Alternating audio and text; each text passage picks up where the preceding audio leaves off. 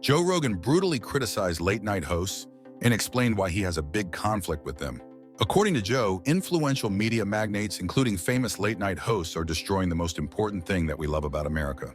Also, the arguments Rogan presented and how he explained the disappointing behavior of some late-night hosts toward himself are very self-explanatory.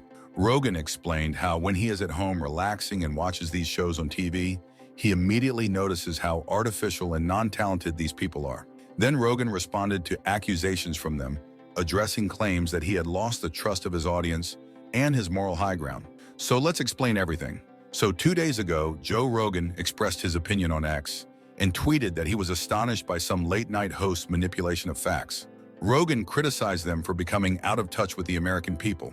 Rogan also criticized Jimmy Kimmel after he said that Trump's second presidency will look nothing like his first, and it will be far worse, and how he cried in front of a live audience.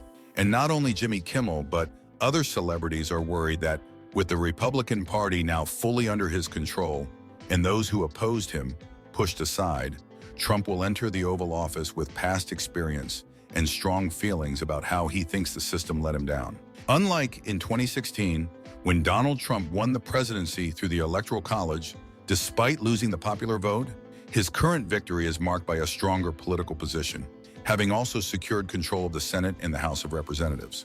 This comprehensive electoral success has provided Trump with a broader mandate, enabling him to assemble a robust team of advisors and officials to help govern the country. With unified control over all branches of government, Trump is now poised to implement his agenda more efficiently and with greater influence over national policy. Trump also already named some people that will take place in his government, that will take care of international relationships, military, and other important positions in the government. And when late-night hosts were reacting to these latest Trump's decisions, reactions were very negative and filled with criticism. They just don't like a new elect president. Then during the conversation on the Joe Rogan Experience, Rogan talked about why he thinks that talk shows are terrible. Rogan expressed his disdain for late-night talk shows, criticizing the pressure, artificiality, and fakeness in the format. He pointed out how these shows often felt rushed with tight time constraints, scripted conversations, and constant interference from producers, which led to a lack of genuine interaction. Rogan reflected on how hosts like Johnny Carson, who had once been a powerful figure, eventually became recluses, and suggested the medium was no longer relevant, noting how everything from the applause signs to the forced comedy bits seemed outdated. Rogan said, "It doesn't seem like a good way to talk to people. It doesn't seem like it's fun. It seems like it's too much pressure. It seems like there are too many people. It seems like the conversations become fake because you have 5 minutes until you cut to commercial, and they come over with cards, and the executive wants to talk to you, and the producers want to get in your ear. We just feel like it just needs a little levity. So we're going to bring out our jester. Well, the child, I'm tired of the jester. The audience gets that sign that says cheer, applause. I've seen too many of them. I just think it's a dead medium. I don't like it. I'm not recommending it." And now Rogan responded to new clips of talk show hosts reacting to Trump and said that these reactions were hilarious, and at the same time saying that these are very dishonest takes. And this conflict between Rogan and late-night hosts is not new because everything started 5 years ago. That's when in 2018 in his podcast, Joe Rogan voiced strong criticism of the current state of late-night comedy shows, arguing that they have lost their authenticity and no longer serve the art form or comedians themselves. Rogan was particularly frustrated with the way these shows have standardized and diluted stand-up comedy, explaining that they offer a homogenized version of what stand-up should be. He described late-night comedy segments as overly contrived, saying a short set is 15 minutes. I want to bring people on a journey. For Rogan, stand-up required time to build a connection with the audience, allowing them to understand a comedian's perspective before diving into more complex or controversial topics. The condensed format of late-night sets, however, took away that depth, forcing comedians to rush through their material without any nuance. He also criticized how late-night shows failed to adapt to the individuality of comedians and instead try to force everyone into the same formula. Rogan said, "If stand-up is art, it's supposed to come to the artist's unique style, not the other way around." Carmichael echoed this sentiment, noting that comedians are often asked to modify their material in unnatural ways. In 2019, Rogan and his guest, Anthony Jeselnik, discussed Jeselnik's experience as a writer on Late Night with Jimmy Fallon, highlighting how the show's emphasis on Jimmy's likable persona often meant sacrificing truly funny or edgy material. Jeselnik explained, "It wasn't about being funny so much as coming off as smart and friendly." This approach, according to Rogan, reflected a broader trend in late-night TV where hosts were pushed to be universally appealing, which he felt detracted from the authenticity and humor that once defined the format.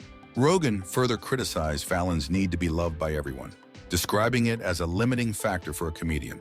He noted he just wants everyone to love him. That's probably the best trait to have in a late-night host, but expressed skepticism about this as a model for comedy.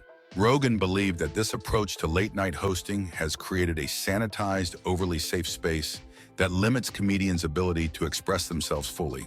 Rogan speculated that maintaining such a friendly, approachable persona on TV could be stifling, perhaps even leading to offstage stress. Rogan also drew attention to the paradox he's observed in the personalities of late-night hosts.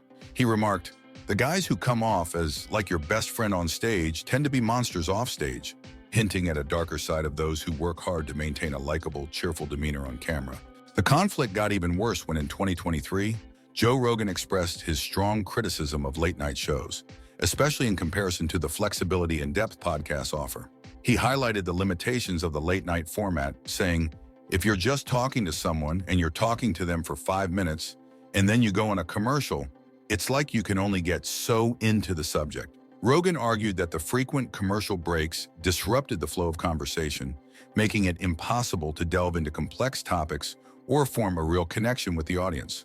For him, certain subjects needed time to unfold, which was something the short, segmented format of late night simply could not provide. Rogan also critiqued the strict censorship and control in the late-night environment, which he believed prevents true expression. He explained, "You have a producer in your ear telling you what to do." The rigid format of late-night TV, with its censorship and quick, surface-level exchanges, prevents any meaningful discussion, which Rogan described as the worst way to have conversations.